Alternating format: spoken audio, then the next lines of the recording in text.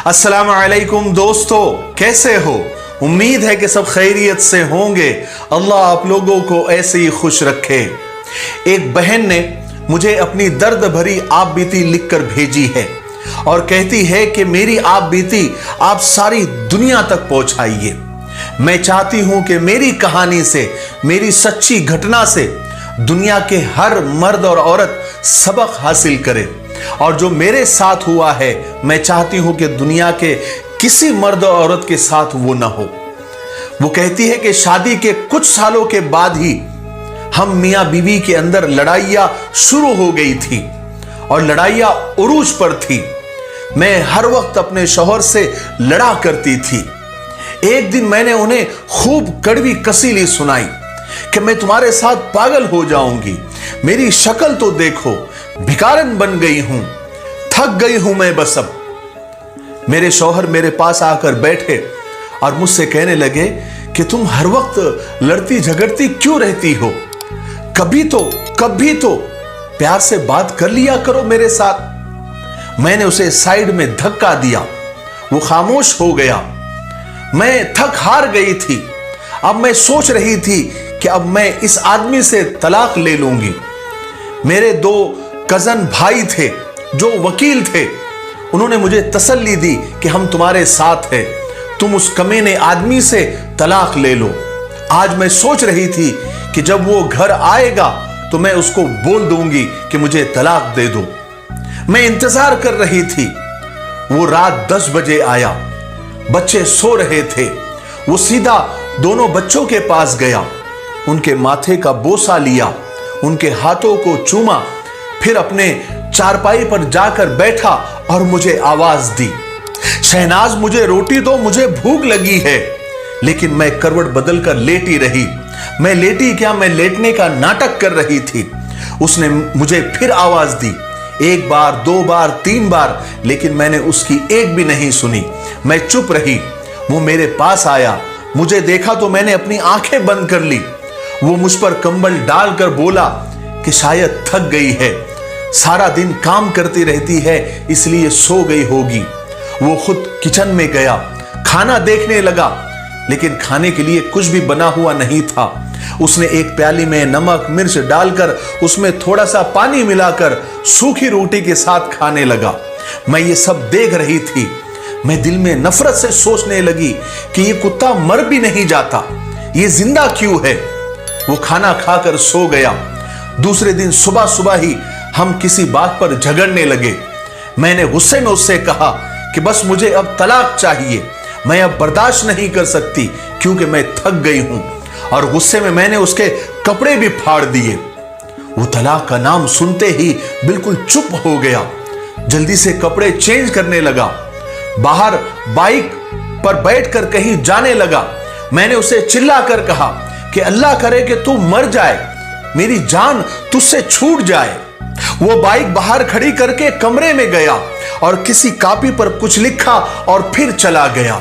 मैं उसे मुसलसल गालियां दिए जा रही थी। मैं रो रो कर थक गई थी और लगातार मैं उसे बद्दुआएं दे रही थी, क्योंकि मैंने इरादा कर लिया था कि अब इस इंसान के साथ मुझे नहीं रहना है। बस 2-4 घंटे ही गुजरे थे। मैं मैके जाने की तैयारियां कर रही थी। मैंने बच्चों को भी साथ ले लिया था। इतने में गली में एक शोर सा बरपा हुआ। मैं तो रो ही रही थी। हमारे दरवाजे पर दस्तक हुई। मैंने दरवाजा खोला तो पूरा गांव चारपाई उठाए हुए मेरे दरवाजे के सामने खड़ा था। मैं हैरान थी कि ये क्या हुआ।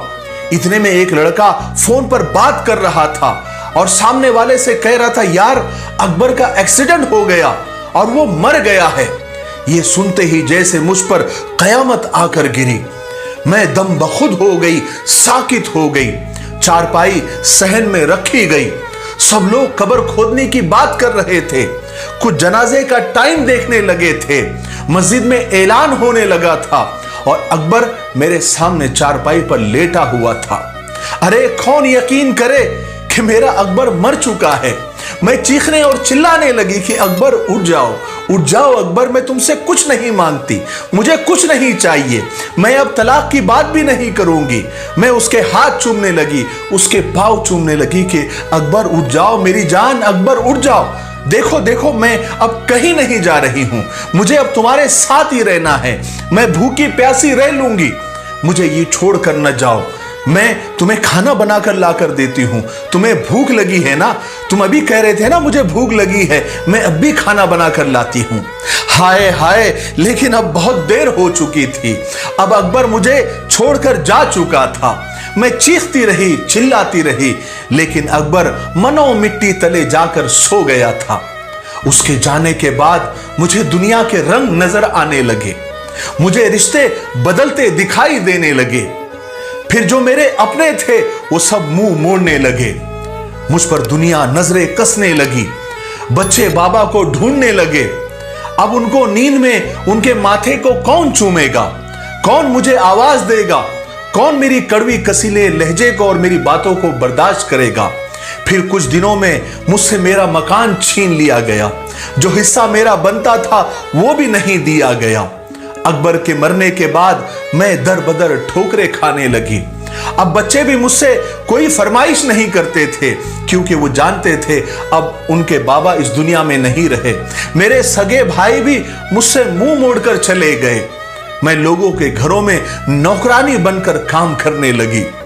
एक दिन मुझे उसकी डायरी मिली, मैंने उसे खोला तो उसमें लिखा हुआ था कि शहनाज से शादी करके मैं बहुत खुश हूं और मैं उससे बहुत प्यार करता हूं, लेकिन वो पागल है, वो मुझे बिल्कुल भी समझती नहीं है, हमेशा मुझसे लड़ती रहती है, झगड़ती रहती है। देखो ना, आज उसने मुझे खाना तक नहीं दिया, कहती है कि मुझे महंगा मोबाइल ला कर दूं। अब शहनाज को मैं कैसे बताऊं कि मेरी इतनी औकात नहीं है, मैं नहीं ला सकता। आज मेरे बच्चों को मेरे भाई ने गाली दी, मैं बहुत रोया, मेरे बच्चे मेरी जान हैं। शहनाज को आज बुखार है, वो बेचारी मेरे लिए क्या कुछ बर्दाश्त कर रही है। अल्लाह ने चाहा तो एक दिन हमारे हालात बदल जाएंगे, फिर मैं शहनाज को दुनिया की हर खुशी दूंगा। अब वो मुझे खाना तक नहीं देती, मैं जानता हूं वो मुझसे नाराज है। आज मैंने नमक मिर्च और सूखी रोटी खाई है, आज मेरी कमर में एक ईंट लगी है, गहरा जख्म हुआ है, लेकिन मैं शहनाज को नहीं बताऊंगा, वो परेशान हो जाएगी। डॉक्टर कह रहा था कि 15 टाके लगेंगे, लेकिन उससे ज्यादा गहरी चोट मेरे सीने में लगी है, क्योंकि आज शहनाज कह रही थी कि मुझे तलाक दे दो, मैं मर जाऊंगा शहनाज के बिना। लेकिन मैं जानता हूं वो गुस्से में है, ठीक हो जाएगी। मैं ये सारे अल्फाज उसकी पढ़ रही थी, पढ़कर मैंने डायरी को सीने से लगाया और चीखे मार मार कर और धाड़े मार मार कर रोने लगी। आज मेरे समझ में आया कि हम सफर तो हम सफर होता है, वो जैसा भी था मेरा साया था, मेरी ढाल था। उसके जाने के बाद जमाने की ठोकरें खाकर मैं समझी हूं कि अकबर ही मेरे लिए दोनों जहान था, मेरी दुनिया था। आज मैं थक हार कर घर आती हूं, अब मैं टूट चुकी हूं, बस बच्चों के खातिर जिंदा हूं, वरना मैं कब की खत्म हो गई होती। मैं खुद को कोसती हूं कि क्यों मैं अकबर के साथ लड़ती थी, झगड़ती थी, क्यों उसको सताती थी, क्यों मैं लोगों का देख देख कर मैं बड़े बड़े ख्वाब देखती थी, बड़े बड़े डिमांड करती थी। वो मेरे साथ था तो मैं आज महसूस करती हूं कि मैं शहजादी थी और शहजादी की तरह जिंदगी गुजार रही थी। क्या मैं बख्शी जाऊंगी? क्या मुझे अल्लाह ताला माफ करेगा? मुझे अफसोस है कि मैं मुश्किल वक्त में उसका सहारा, उसकी हिम्मत नहीं बन सकी। मैं लालची और मतलब परस्त हो गई थी। अब तो अक्सर लोग मेरी मदद करते हैं तो मेरे जिस्म की बात करते हैं, मदद भी करते हैं और मेरे जिस्म की तरफ गंदी निगाह भी डालते हैं। जब मेरा शौहर जिंदा था, जैसा भी था, क्या मजाल थी कि लोग मुझ पर गंदी नजर डालते। मैं सब औरतों से, सब बहनों से हाथ जोड़कर अपील करती हूं कि पैसा, गाड़ी, बंगला और ये दुनिया अपने हमसफर, अपने शौहर के सामने मिट्टी और खाक से ज्यादा कुछ भी नहीं। लालच और बड़े ख्वाब की तमन्ना में तुम लोगों की नौकरानी न बन जाना। शौहर अगर एक वक्त भी रोटी खिलाए तो मुस्कुराकर उसके सीने से लग जाना। खुदा की कसम, वो शौहर जमाने की लाख तलखियों और सख्तियों को तुम्हारे खातिर झेल कर अपने सीने में बर्दाश्त करता है। बराए मेहरबानी अगर कोई बहन मेरी तरह अपने शौहर से बेजार है तो वो समझ जाए मेरी कहानी सुनने के बाद, इससे पहले कि आंसू उसके मुकद्दर बन जाए। बस मुझे इतना ही कहना था। इस बहन ने अपनी दर्द भरी कहानी मुझे भेजकर मुझसे यह दरखास्त की थी कि आप इसे दुनिया तक पहुंचाए। शायद मेरी कहानी सुनने के बाद हो सकता है कि किसी का घर टूटते टूटते फिर बस जाए। मैंने अपनी तरफ से पूरी कोशिश कर दी है। अब आप लोगों का काम है कि इस कहानी को ज्यादा से ज्यादा लोगों तक पहुंचाए। हो सकता है कि किसी का घर उजड़ते उजड़ते फिर बस जाए और आप इस सवाब के हकदार हो जाए।